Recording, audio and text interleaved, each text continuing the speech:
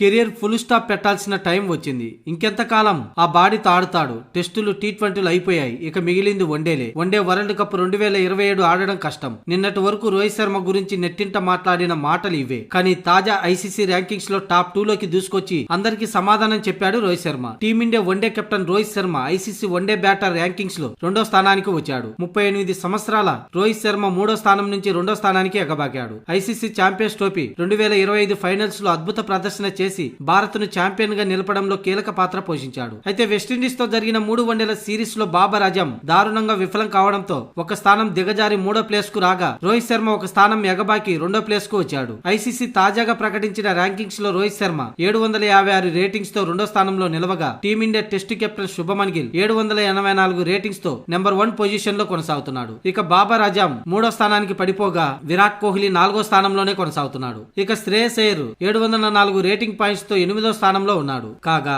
Team India senior ఆటగాళ్లు రోహిత్ శర్మ, విరాట్ కోహ్లీ ఇప్పటికే T20 టెస్టులకు వీడ్కోలు పలకగా వన్డేల్లో మాత్రమే కొనసాగుతున్నారు. ఈ ఇద్దరు ఆటగాళ్లను మళ్లీ టీమిండియా జెర్సీలో చూసేందుకు అభిమానులు ఆతృతగా ఎదురు చూస్తున్నారు. ఆగస్టులోనే ఈ ఇద్దరు ఆడతారని అనుకున్న దౌత్య సంబంధాలతో బంగ్లాదేశ్ తో జరగాల్సిన సిరీస్ రద్దయింది. సెప్టెంబర్ లో ఆసియా కప్ ఉన్నప్పటికీ అది టీ20 ఫార్మాట్ లో జరగనుండడంతో దానికి దూరం అయ్యారు. ఇక ఈ ఇద్దరు ఆస్ట్రేలియా వేదికగా జరిగే వన్డే సిరీస్ లోనే అభిమానులను అలరించనున్నారు.